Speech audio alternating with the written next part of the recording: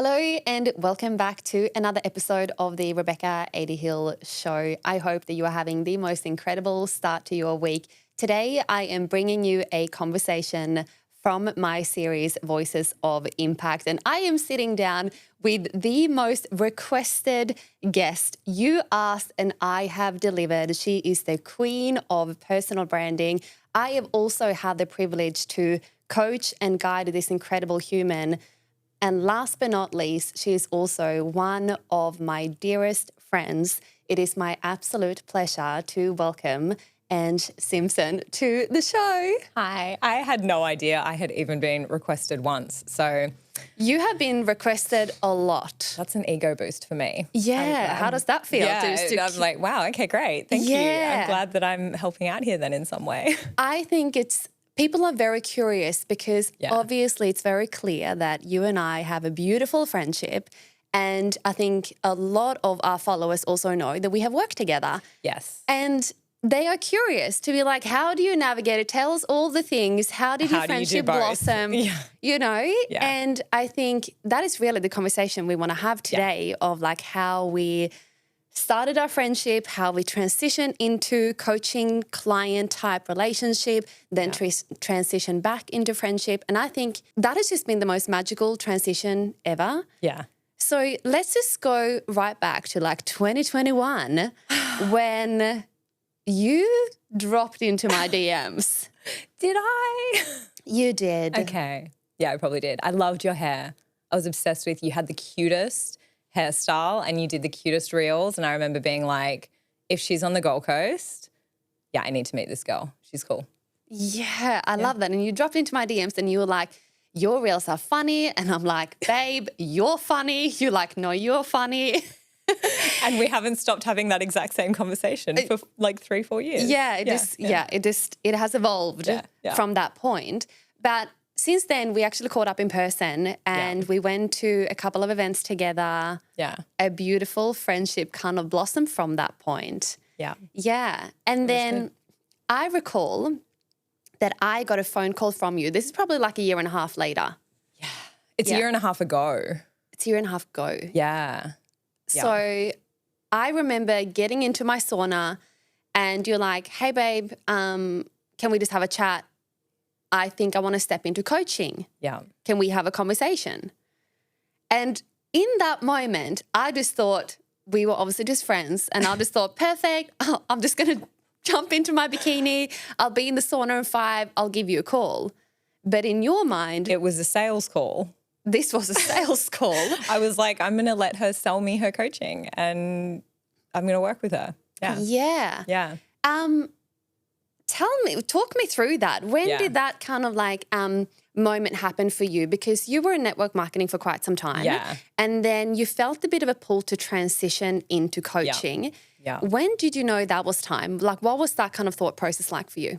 It was a combination of a couple of conversations, all with men in my life, like I have a lot of great men in my life. And it was so funny because I remember my friends Jen and Eric came home from their trip from Europe, which we were supposed to go on, but we couldn't because financially it was like too much of a stretch. And I remember they got home from their trip and I was on their bedroom floor. They were jet lagged and we were all chatting about the trip. And my friend Eric was like, you should have been there. And he said, what are you doing? And I'm like, oh, we've got all this stuff. And he's like, no. What are you doing? And I was like, and he said to me, you're not living up to your potential. You could be doing so much. You have so much value to share. You have so much goodness in you. And he said, I just see you playing so small. Ooh. I was like, dagger to the heart. But I took it on board. And that was around a similar time to when my dad was having a shoulder reconstruction. So I was spending a lot of time in hospital with him while he was recovering. And my dad's also an entrepreneur. So he's, very tuned in with this world. And he said the same thing. He's like, he goes, I see you working so hard. You're on calls all the time. Like, he goes, you work your butt off and I don't see you really thriving. Ooh, what was it like hearing that from a couple of people at first? Like, was it a bit of a stab to the heart or did you feel that there was some truth in that? No, I felt the truth in it for sure. And that's why I think it was easy to hear because it was almost like I was just getting validated on the story that I'd been telling myself of like, I think there's more, and I think that I'm feeling stuck where I am right now because I'm not doing the things that I should be moving towards, or I'm not living up to my potential. That was just what kept coming up. And I'm like, beautiful. oh. But how beautiful to have people in your life that see you in your greatness, but also go, hey, I think you've got more in you. What a gift that is. And that's the type of friend that I would like to be for people, but also that I would want to surround myself with. Because I'm like, if my friends can see me not living up to my potential, but they're just like, oh yeah, whatever. Yeah. I'm like, oh. Like I would tell someone, like, you can do more, you can be more, you can have more, right? For sure. Yes. And so when I was with Dad, I literally text you from his hospital because I remember he said to me, all right, what is it going to take? And I said, I just feel like I need accountability. I need a bit of a push. I was like, I've coached before. Like I did health coaching and then I was business coaching health coaches 8 years ago or something. And I'm like, I know what to do, but I need support. I need someone who can push me, who can help me see things differently, who can really get me where I want to where I want to go. And of course I had watched you. Yes. And Dad's like, well, who's that person? And I was like, well, there's this girl that I know, Rebecca, and maybe I could reach out to her. And he said, what do you think she'll cost? And I gave him a number. He said, well, do you have that? And I'm like, well, no. And he goes, I'll help you. And I said, okay, well, I'll pay part of it. And if you can help me. And he's like, just whatever you need to do. He's like, get on the phone, find out. And so you rang me as I was leaving the hospital, and then we had the conversation while I was in the car, and then I texted him afterwards and I was like, this is the number. And he's like, done, give me a bank account. And I was like, oh, to have that support as well. Wow. And I'm super aware of like how lucky I am because a lot of people don't have those types of situations where someone can help them. Yeah. And then in the last, it was July or August when we started working together, so almost the last 18 months.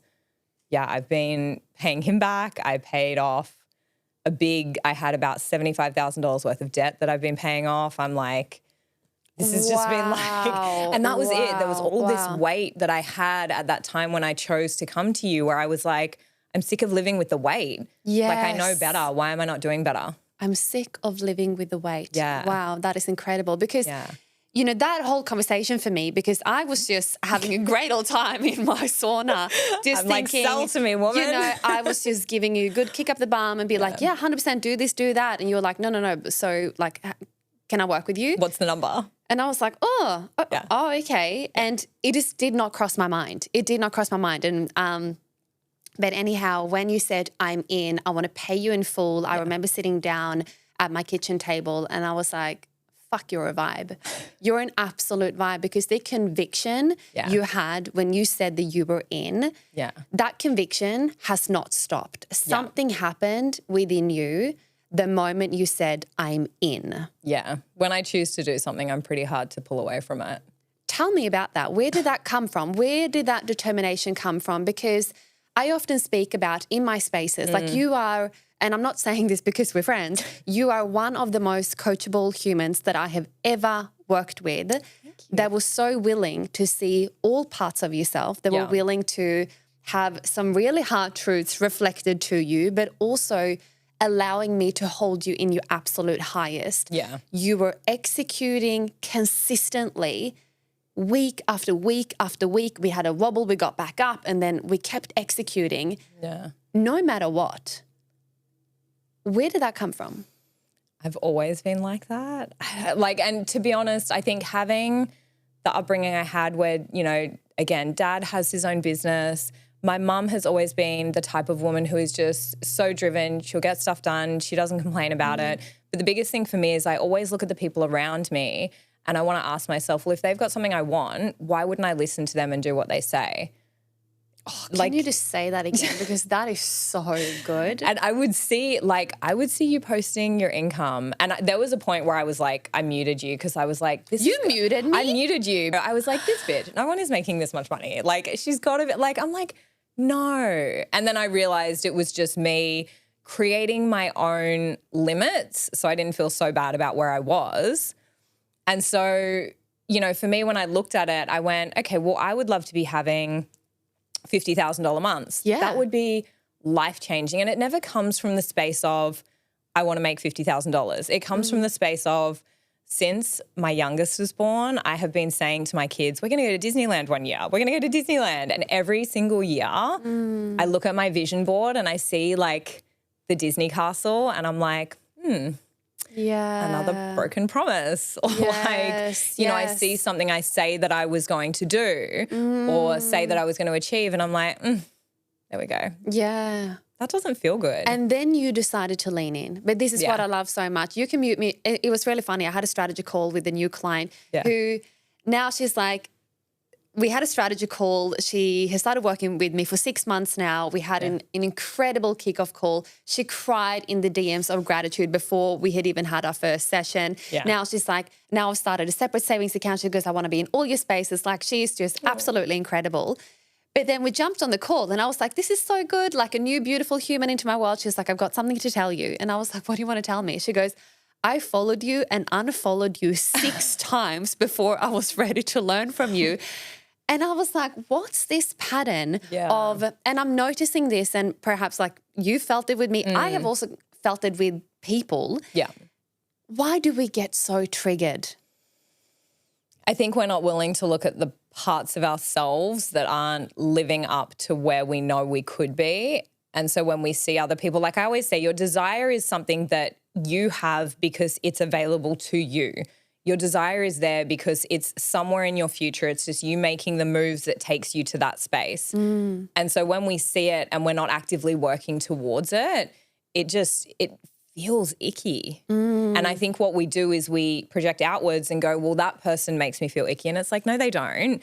You feel icky because you know that you could be doing more to get where you want to go right now and you're not. And you're making up all these excuses. I had 1,000,001 excuses why I wouldn't start my business. I was like, I know what to do. I know I could coach people. But there was, well, I don't know exactly what I would coach people on. Well, I know people are asking for it, but what if I release it and no one actually shows up? Well, I don't have the money to do certain things. Well, I don't know how to do this or that, or people might think of me a certain way. Like I could think of 1,000,000 reasons why not. But at the end of the day, the reasons why were so much more powerful. So much more powerful. Yeah, 100%.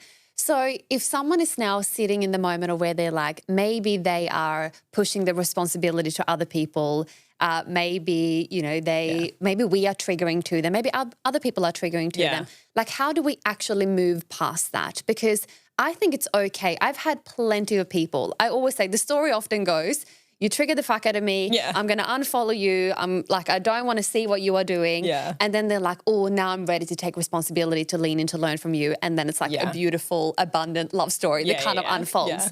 And like, I see that pattern all the time. But like, how do we support someone to actually see the parts within themselves that they so deeply desire?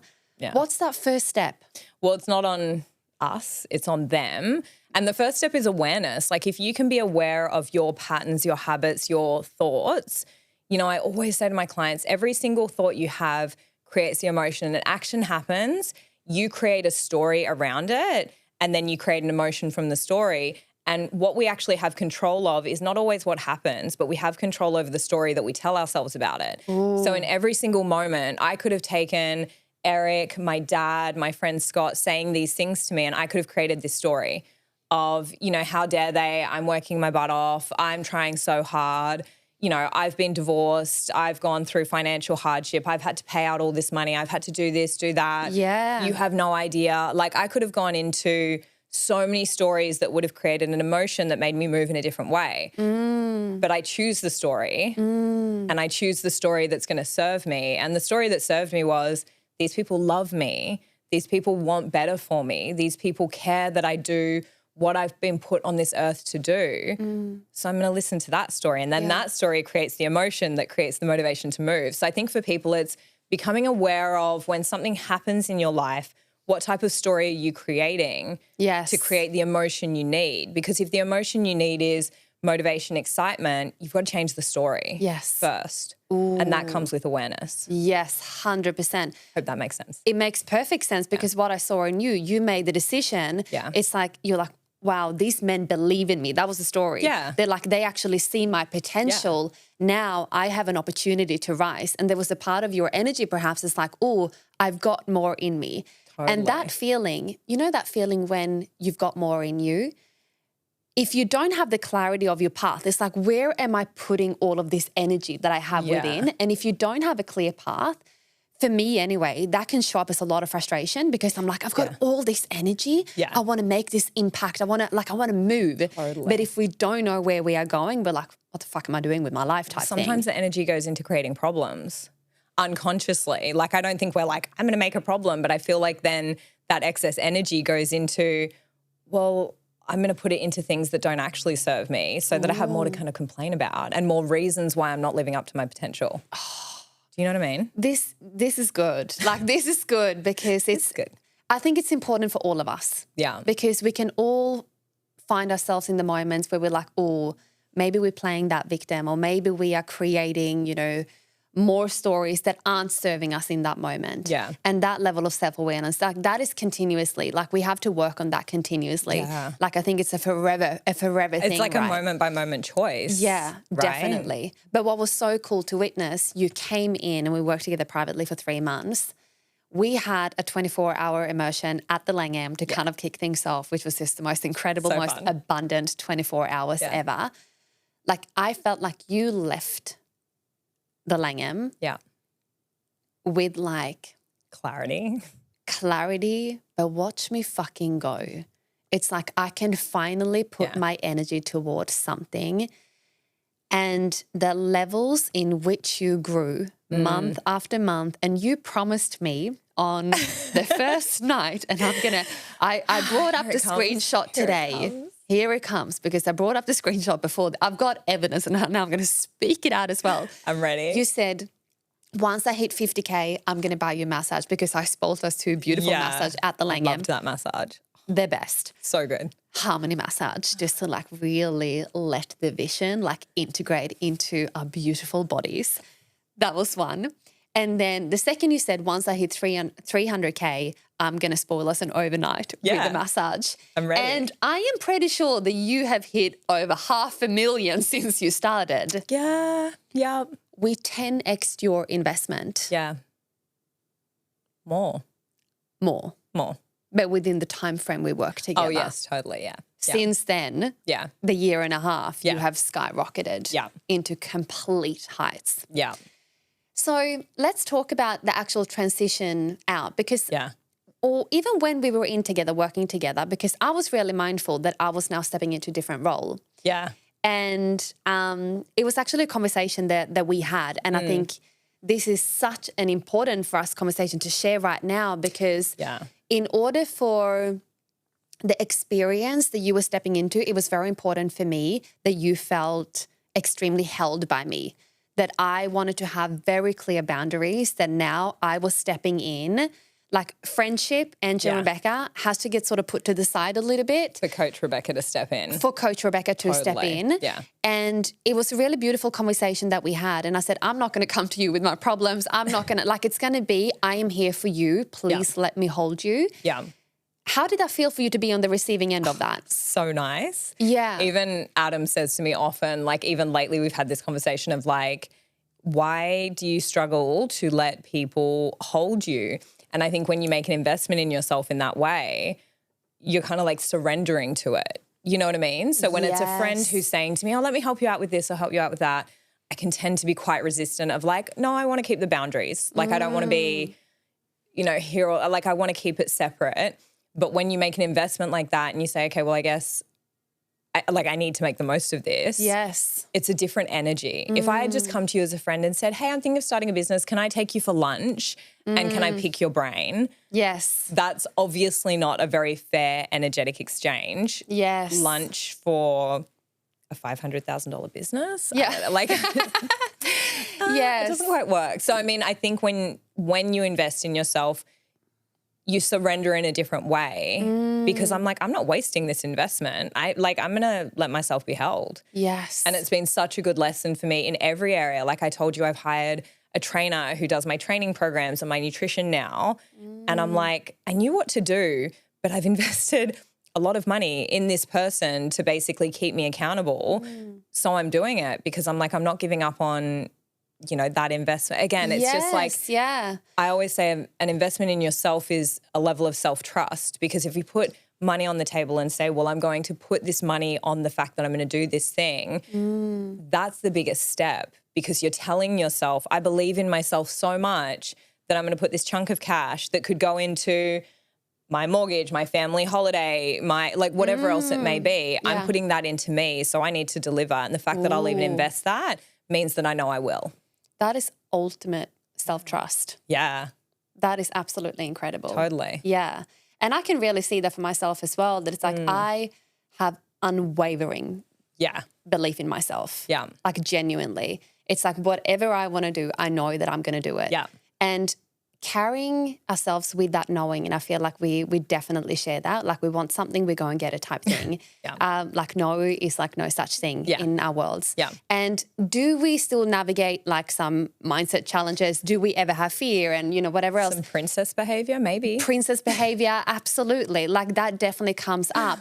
But I'm still unwavering in my belief, in my own ability to do something. Totally. How important do you think self-trust is as you are growing a company? Well, I mean, again, that's a choice. Like you choose to trust yourself and you choose to have those moments. And like you said, there's moments when you wobble. There's moments when, you know, I have my princess moments or my sook moments or my brat girl moments. There's all those moments. But that doesn't stop the fact that I know it's going to get done. And I think you're very similar in this way of like, even when there's wobbles, even when there's doubts, the self-trust never wavers. It's just I'm trying to figure out how to get there, what's going on. And I think a lot of people, when they're in the wobble, it almost for them is a sign that it might not happen. Yes. Whereas I don't allow that to be an option. Oh. It's not an option that I'm not going to do it. Like I'm like, if I've set this for myself, I might change the path. I might change the way that I'm doing it, but it's never not going to happen. How do we get that self-trust? Like, do you think, I believe a lot of confidence and self-trust, I guess, like certainty comes from clarity of what you are creating. Totally. It's like really knowing what you are creating and why you are creating it. The how, maybe we can surrender to the how. Maybe we just need a couple of steps ahead. Yeah. Is there anything else that like plays an important role as you are stepping into like new heights or reaching new levels? I think, you know, there's a great book that I've been reading. I love this guy called Dan Sullivan. So my dad actually used to be coached by him. Oh, wow. And he wrote this book called The Gap and the Gain. And one thing I think when it comes to that self-trust is he talks about, you know, you look at where you are and where you're going. And a lot of people will, you know, if they're at the halfway point, they'll go, well, I've still got so far to go, instead of looking at the gain where they've been. They look at the gap of where they still need to go to.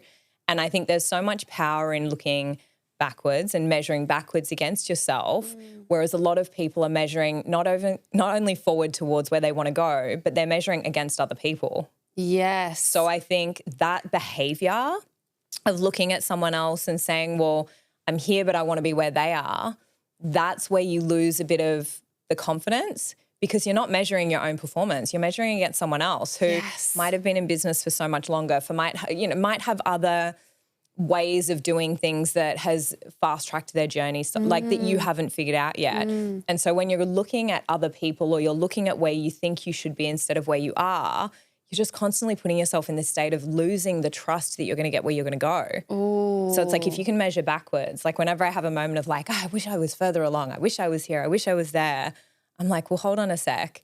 If Ange 18 months ago could see Ange now, I'd be pretty stoked. I'm like, she'd be really happy. Yes. Like it's and so when I do that, it's like, okay, well, I can do anything. If I've gone from here to there, I can go from there to beyond, and that's fine. Oh, I really love that, because when I started back up at the gym, I went into my first PT session and I said to my trainer, I said, well, I don't think I can squat that heavy. Yeah. He was like, okay, compared to who? And I was like, well, I had no comeback. And I was like, well, me, I guess. He was like, no. Yeah, he was like, girls on Instagram. No, I was like, he's like, this is you versus you. And then week after week, he was like, you are up 50%, you are up 100%, you are up this. And I was like, wow, I can see my own increase. I can see my own growth. And that really changed the way I was thinking about, because still my heaviest was probably someone's like warm-up weight. But for me, it was growth. Totally. And that made me really empowered to keep on going. So I think there is a beautiful message in this to go, am I comparing my journey to someone else? Yeah. And do I put myself in a lack because I'm not where that person is? Yeah. But if I'm comparing my past with where I'm at now, would I be happy? Yeah. So let's flip the coin. What if you are not happy? Then you do something about it. And I mean, this is me, like, I'm very like, well, if you're not happy where you are, like, do something, move. You're not a tree. But this comes from pouring into personal development, pouring into understanding yourself. Like, a lot of people will sit there and go, well, I'm not happy with where I'm at. Okay, so what could you do right now? Could you just get a pen and paper and write out some ideas of what you could do to move the needle?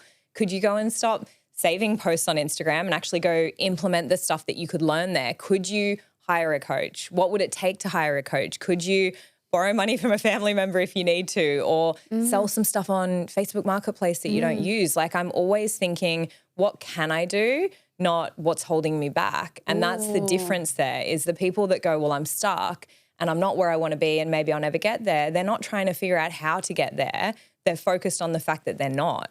What if it was just a better question? This is good. What if it was just a better question? Yeah. And it's like learning to ask yourself better questions. Yes. My dad taught me that. He wrote a book called The Power of Great Questions. And he says it's all like your life is determined by the questions that you ask yourself. I think Tony Robbins talks about this as well. Like, your life is determined by the quality of questions you ask yourself. So in a moment where you're not happy with where you are or you're not where you want to be, what's the question you ask yourself? What's the next step you take? Because sitting and dwelling on it's not getting you very far. Ooh. So what makes a good question? One that empowers you to move forward, one that doesn't put you in the victim mindset, and one that helps you be resourceful.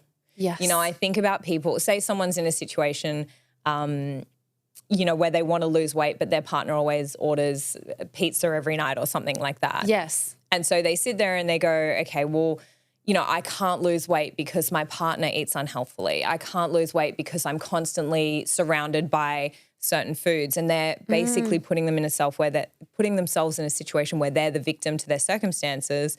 Whereas if that person just said to themselves, what could I do to not be in that situation? What could I do to feel strong enough to resist the temptation in that situation? What practices, habits could I put into place to make sure that I stay true to what I've said that I'm going to do? And that just opens your mind up to get creative. For sure. You know? I think my hypnotherapist told me, we were speaking about some things inside of my business, and you know, he asked me to bring up the good things and the challenges and everything in between.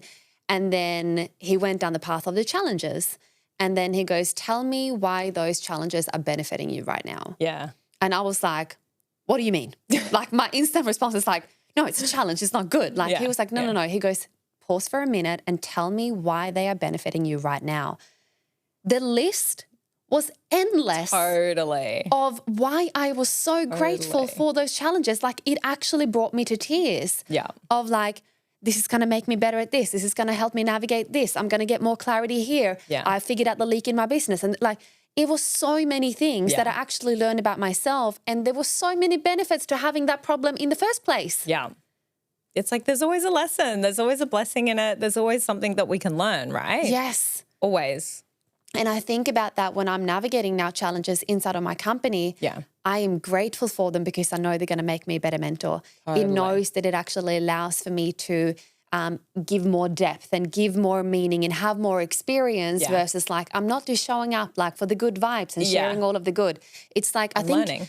A moment where you become really powerful when you are actually not afraid of facing challenges. Totally. And they're going to happen in life and everything. Like, you know, both of us have challenges all the time that are happening, but they don't necessarily stop us. And I think the thing that people get into is, well, one day it's going to be easy. Well, when my business gets to this point, it'll be easy. If I was earning $50,000 a month, it would be easy. Whereas the truth is your challenges just become different. Yeah. And so the ones you learn early on are the ones that are actually going to serve you later because you understand, okay, I know how to work through these things. I know the rituals that I have to make sure that I'm in a good place. I literally have a note in my phone when I'm feeling challenged or stuck in something. I have a note in my phone that gives me a list of 10 things to do to get me out of the stuckness.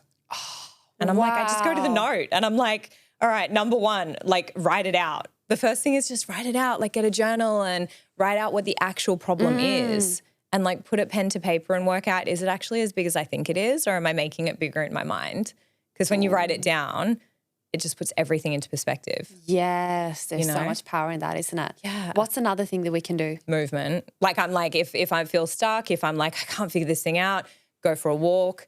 I dance. I love dancing in my house. I put music on every morning and I dance in my bathroom. Like actually moving your body, I think is a really good physical thing to do. 100%. Even showering or getting in water, like just wash off any of that energy that's not got you feeling like you can move forward. And then I've actually got a list of people that I feel I can trust to talk to about different things. So I'm a big advocate of, I wouldn't speak to someone about my relationship problems if they don't have a great relationship themselves, or I wouldn't speak to someone about making more money if they were living week to week, or, you know, like I'm going to speak to people who have done what I want to do around the things that I'm needing support with, you know? What I'm really hearing here is that you are operating on an incredible foundation.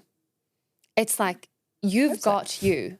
Genuinely, like you've got you. Yeah. And I know that you have navigated a lot over the years, like, you know, health problems and, you know, navigating a divorce and then, you know, blended family. Like there are so many things and like starting a business and transit, like the moving house. Like you have just everything, just navigated, life. like just life, right? Yeah. You've navigated a lot of different things. Yeah. But the fact that you can sit here and to be like, I'm grateful for my challenges. I've extracted the lessons. Yeah. What I'm hearing is that your foundation is rock solid. Yeah. Yeah. So what do you have? Like if you don't have that foundation, it's like I think every individual needs to figure out what is your own foundation so that you feel solid. Yeah. And I think as a woman, like that is the whole sensation of like, how can I make sure that I feel held? Yeah. And if you don't necessarily have people around you to hold you, maybe you do, maybe you don't. But if you don't, and I often speak about this in a business sense, for me, it's important that I feel held inside of my business. Yeah. And versus saying like, oh, I need Brody to step, like, you know, I'm the main breadwinner in our family. Yeah. Like he's got a different responsibility. Yeah. But how do I feel held inside of my company? Yeah. What does that look like? Yeah. And that looks like having a funnel in place, being able to make money 24/7, you know, having scalable offers, having, you know, the freedom to, you know, work whenever I want to work type thing. It's like how stacking my revenue, like how do I actually feel held inside of my company? Yeah. Because when I feel held as a woman, I feel safe enough to move and to rise. And that's like, you know, for anyone who's sitting there going, well, I feel I don't have the confidence. Okay, so what would it take for you to be confident? Or I don't have the resource. Okay, what do you need to do to get the resources? Okay, I don't have the support. What do you need to do to find the support, to support yourself, to feel what you want to feel, what needs to actually happen? Whereas some people sit going, well, I don't have that, so I'm just going to wait until it comes or hope that something better. I don't know, like it's being active. I think so many people sit passively in what's going on. It's being active in actually going, okay, I'm going to change this. Oh, yeah, 100%. It's like always looking for opportunities, solution and opportunities. Yeah. I did a full podcast episode on this and it actually went through the roof because I said I have become a master at always looking for opportunities. Yes. It's like I step into a room and I'm like, I know where my opportunities are. Yeah. And you can read the room. It's like everywhere I go, if I go and get a coffee, if I'm looking for an opportunity, I shall find an opportunity. Totally. And I think when you are learning to actually view life through that lens, through every interaction that you have, every relationship that you build, like genuinely, people that you come across online, it's like people that are just that you cross paths with. Yeah. There are so many opportunities. There are so Every many day. resources that I don't believe if you are clear on what you want to create, the how is never going to be the problem. It will present itself easily. It will. If you do what is required on your end, the things that you can genuinely control. I'm very clear on the things that I can control to get to where I want to be. There are certain things that I can't control, but I find so much power in knowing that I can only focus on the things that I can control. Yeah. The rest, I get to surrender to.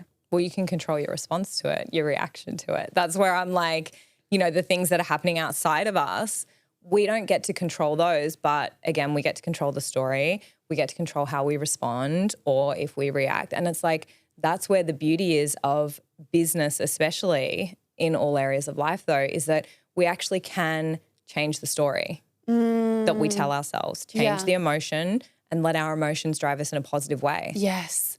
Let me ask you this. How important has it been for you to have the right, network around you or the right environment around you?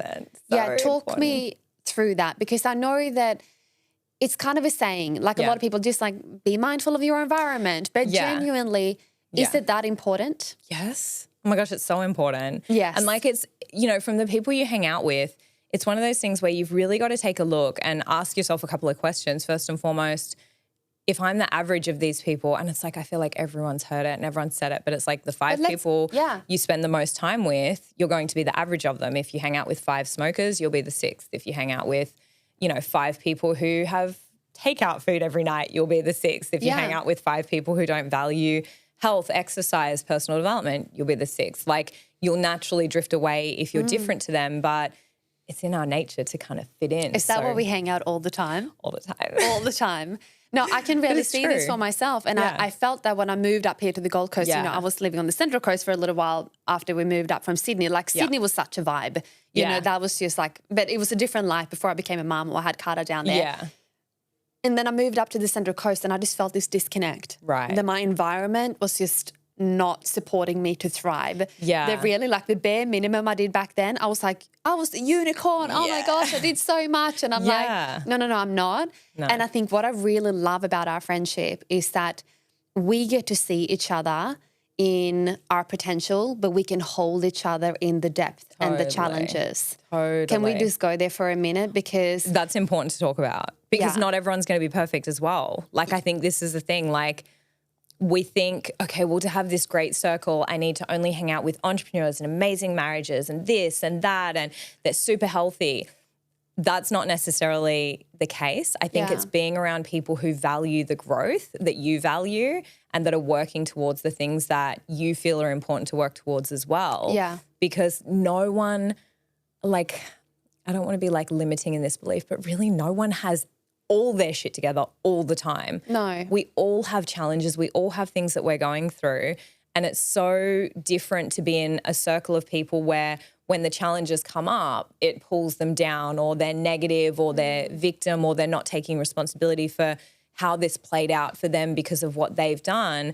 And being in a group of people who are like, oh, I'm going through this challenge, but I'm working through it. Yes. And I'm looking for solutions and I'm trying to figure it out. And I think that's important because as humans as well, it's like if you feel like you're the unicorn in your group, go get a high quality group.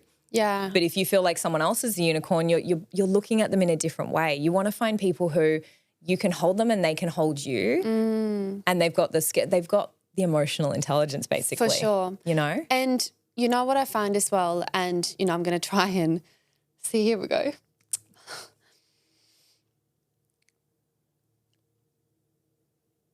I'm going to try and say this without crying, but I failed. You're going to make me cry. You have really shown me what a true friend is. Because since losing my brother-in-law and since losing Cohen, the way you were there for me, and this deserves time, because I have never had a friend that showed up for me like you did. You dropped food at my front door. You showed up to Cohen's funeral. You double called me when I didn't call you back. You tripled messaged me. The stalker. You babysat my kids so my husband and I can go and get a massage. Adam, your fiancé Adam, held space for Brody and for myself. You have been there, like genuinely, for me, and I am blown away by that I have never felt so secure and safe in a friendship like I have in ours.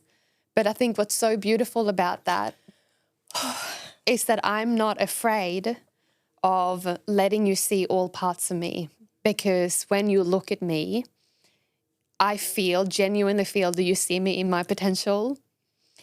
And I think it's been something so healing about our friendship that I have allowed myself to be truly seen by you. And that to me, you have just raised the bar of what it's like to be a friend. And I just really want you to know that, because the way you showed up, the way you have genuinely been there is, I have no words other than that I'm so fucking grateful, because that to me, I can only wish and hope that I can be that friend for you, because... You are. No, honestly, thank you. I'm just going to elaborate. I know, we're just going to need some minutes. Hold on. Okay. Because I've had experiences in the past where people really like me for my brilliance or for what I have created. Yeah. And as soon as I have run into a challenge, or as soon as things aren't as rosy, people have disappeared. Yeah.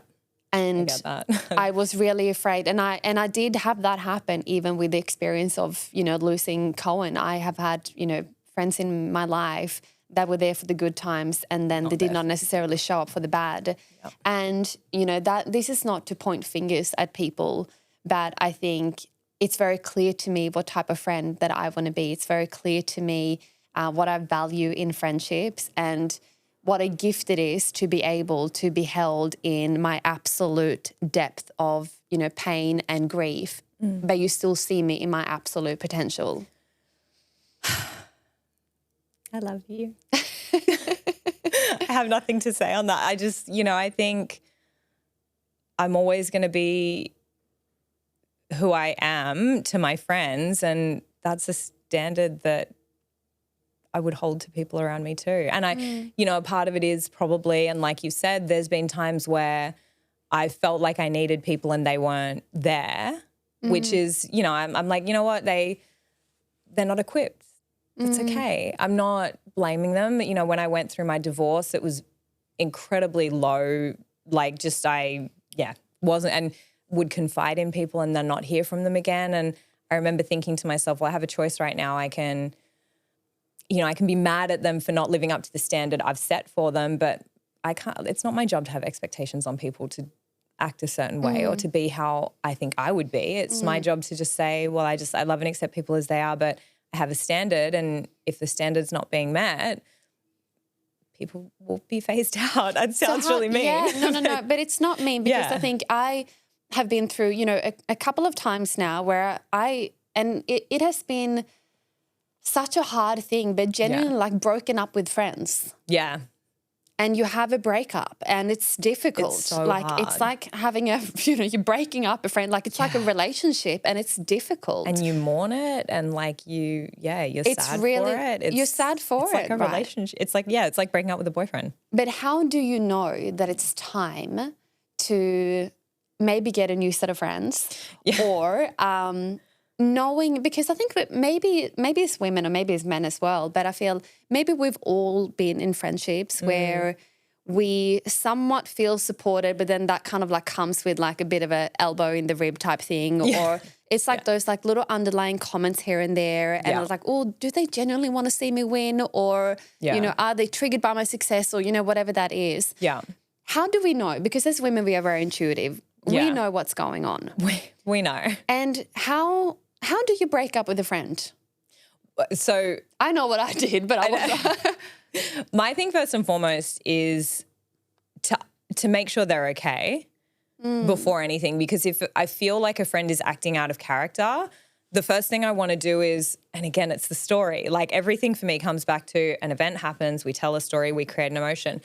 If a friend is acting a certain way, I can create as many stories as I want. But the first story I'm going to create is the one that says, are they okay? Should I be checking in on them? So I think it's really important, if you notice that someone's not living up to the standard, that you check in on them first. Is something happening? Are you feeling a certain way? And life is communication. Relationships are communication. And if you can't communicate constructively with the people you love, then it does become an issue. And so for me personally, if there's always two choices. You talk about it or you just let it fade away. And I've had friends where I've said, I didn't like this, or I didn't like the way you spoke to me there. The first thing I'll do is everything okay? Are we okay?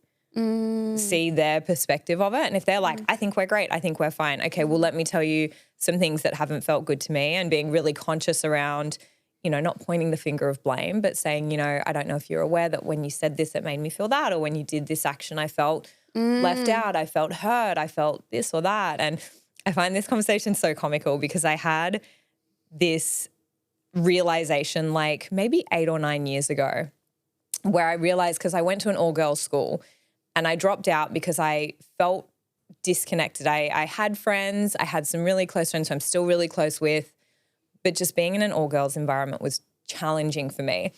And so I didn't have a lot of great girlfriends in my early 20s. I had like 3. And one day I met this friend of mine who's still a good friend of mine now, and we realized that I had something and we Googled it, and it's called gynophobia. And it's the fear of females and female friendships. And so I was like, maybe this is a thing for me. And I realized that what had happened is I had never been great at communicating with the women in my life, with the girls in my life, with the friends in my life, to let them know what I needed. And so in my mind, I let my friends know, as much as I come off tough, I'm incredibly sensitive. Like I can take a joke, I'm very sarcastic, but if it's a bit too serious, or if it's like I feel like it's a dig, I get quite hurt. And so the people around me need to know that. Like you can joke around, you can make fun of me, but if it's something is a bit of an insecurity, it's probably not going to work out too well. Like I'm probably not going to take it too well. But me communicating that to people and to my friends to let them know, hey, just so you know, that went a bit far. That wasn't fun. I didn't like that. I know you were joking, but it hit something, an insecurity. That's my responsibility. If they don't know that, they don't know that. Yes. And so I created this fear of female friendships because I wasn't communicating. Ooh. And it's always coming back to what did I do or not do in this situation to give the result that I have right now. And so I think when it comes to those female friendships, it's making sure that your communication is so on point, that you're checking in on them first and how do you feel in this friendship, but then you're setting your standards. And if they're not willing to meet the standard, if they're not willing to make changes, then... Yeah. And I also think it's okay for people to grow apart. Exactly. Because I have had, some friends that I've been friends with them since, I was 15, 16. Yeah. And then now our paths have sort of just gone separate ways. Yeah. And it's not because I did not value what we had. It's just that, and I can love and, respect what we had. Yeah. Now we value completely different things. Our lives look completely different. So now it almost feels like a bit of now we're holding on to the loyalty of the friendship versus like the quality of the friendship. Yeah. And I think that was a very important part for me to actually own, because time for me and how I spend my time, it's like, am I spending this time because I really want to spend time with this person, or am I spending time with this person because I feel disloyal to what we've had, not because it really feels aligned? Totally. Yeah. So I get that. I think, and also as an adult, friendships in like finding new friends as an adult can be tricky. Can be a little bit tricky. Yeah. And I think it takes effort because we don't really have a lot of time, especially when we have children. Yeah. We don't spend heaps of time together. No. We voice note a lot. It's quality time. But it's quality time, absolutely, when we do spend time together. Yeah. But I think, even going out and meeting new people, it's like, for me, this is why, like, even being inside of, like, we say the right rooms, like investing in the right spaces, like being surrounded by other people, that for me is like a non-negotiable. Totally. I agree. And then also really allowing, like, most of even my coaching clients have now become really good friends of mine. I know, right? I'm like, I literally coach people that I'm like, I want to be your bestie. Yes. Like, can we be friends after this? Yeah, right? And I think that it gets to be like that. And I think this is where maybe the coaching industry, or I don't know who created this rule that you actually can't be friends with your clients, because I think it's nothing more beautiful than, like I mentioned earlier, do we need boundaries? Do we need absolutely? Yeah. But I think I've actually had so many beautiful friendships blossom from me actually supporting them. Totally. But I think if I can look at a very common trait, we have kept it very clean. Yes. They have paid in full. It's a clear energy exchange. It's like it hasn't been any 100%. Mate rates, like discounts, like nothing like that. It's just been, we're going to keep it clean. Yeah. This is it. When we're outside, we can go and do this. But I want you to know I'm still going to be your coach until we transition out. Yeah. And I think even when we finished up, I actually remember when you sent me a voice note and you actually cried on voice note. And typical us, just like, Ocean of emotion. yeah, love that. Doesn't stop. But I just remembered you just saying like, thank you for the time we had together. And I think, oh, here we go again. Again. Oh my God. What was so beautiful, and I think the reason why I get so moved by this, because this is genuine, it's genuinely my mission. It's beyond making money. It's beyond having a thriving business. But what you said, it's like what this has given you and the added benefits in terms of your relationship and, you know, your ability, and you took your kids to, you know, Disneyland and all of the things. Hearing that voice note from you, I was like, we fucking made it. We fucking did it. We fucking did it. We did it. And like it just, for me, it's like if I can give the gift to someone of the roadmap of that so they can have that, like the Disneyland trip, no, I don't think anyone's ever going to understand what it means. Like when I said earlier, like I promised my kids, I put vision boards up in the kitchen. I put all the things up for 7 years. Wow. And every year I took that vision board down and went, not this year. And even though Adam could have financially, like it could have been a joint trip, like I remember transferring the money for the flight. Like there was 7 of us. Like there's 4 kids, 2 adults. My dad came. I remember just being like, I never actually thought that this could happen, and seeing their face, and it was very important for you to make that payment. Oh, it was. And like the whole trip, I paid for every meal. I paid for every activity. I paid for, you know, we did Disneyland, we did Universal, we did, you know, I took them to the Warner Brothers studio tour. We all watched Gilmore Girls like every night, and I remember their face when they saw the house and the Gilmore Girls was on, and I was like, oh my God, I'm like core memory. And I got to do that.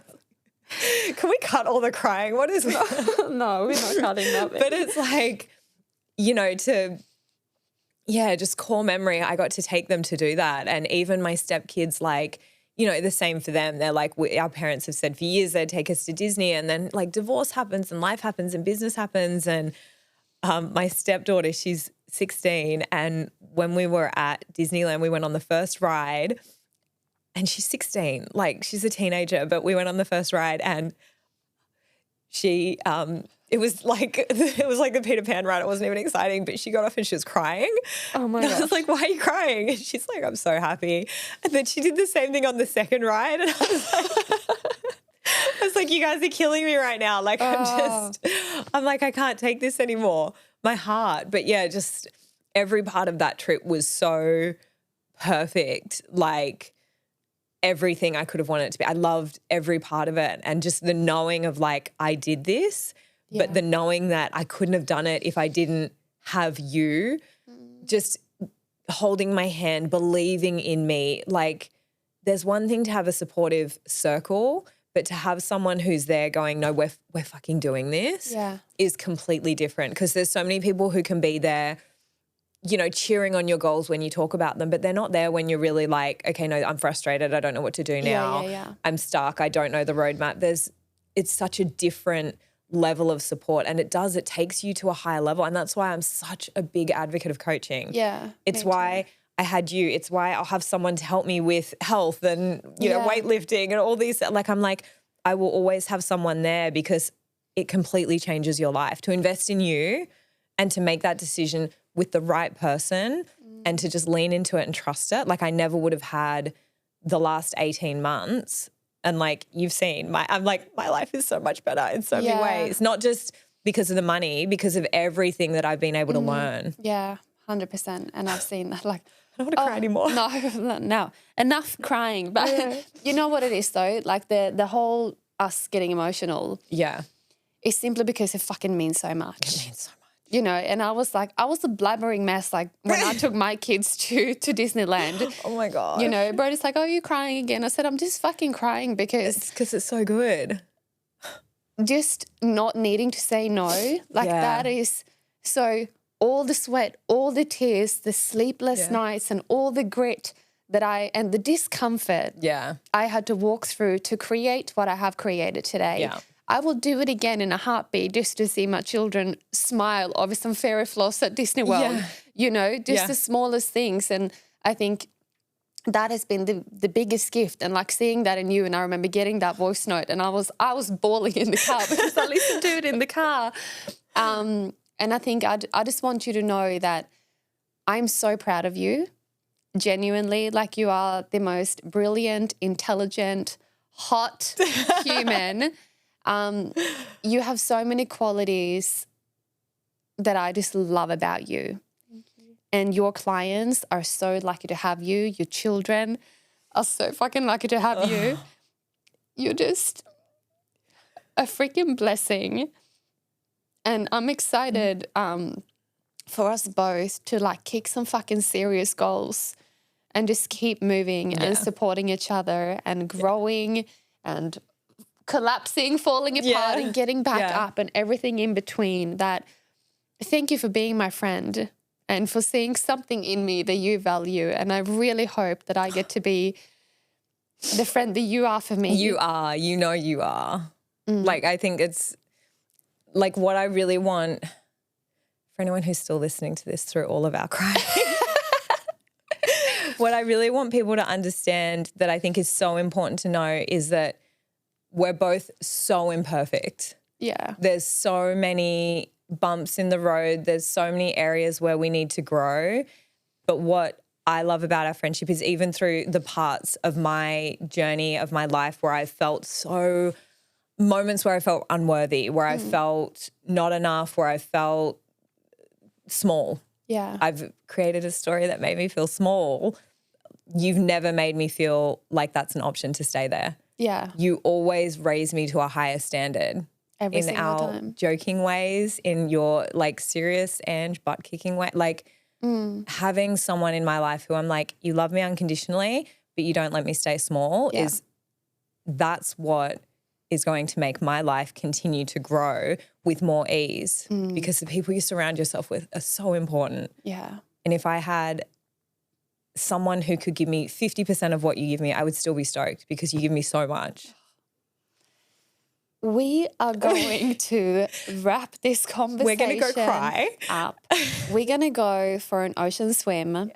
We're just going to go and have a matcha, go for an ocean swim and just reflect on the conversation that we've had. Thank you for your heart, for your charisma, for your sarcasm. We didn't laugh. We did not laugh. We cried. We did really good. We did really good. No, genuinely, thank you for being here and thank you for being my friend. Thank you for I feel like me. we need to do like a take 2 where we're like diving into like a bit of business branding, all the things. Yeah. But I feel have like so much this more to give. moment was really important for us to have. So thank you for coming on the show. I will put all of Ange's details in the show notes. Thank you so much for tuning in to this episode for another week. I'm so grateful for every single one of you. If this episode resonated, please drop me a DM on Instagram. I love hearing from every single one of you. I hope you have a magical rest of your day and I will see you next week for another show. Okay, shoes off. I need to hug you.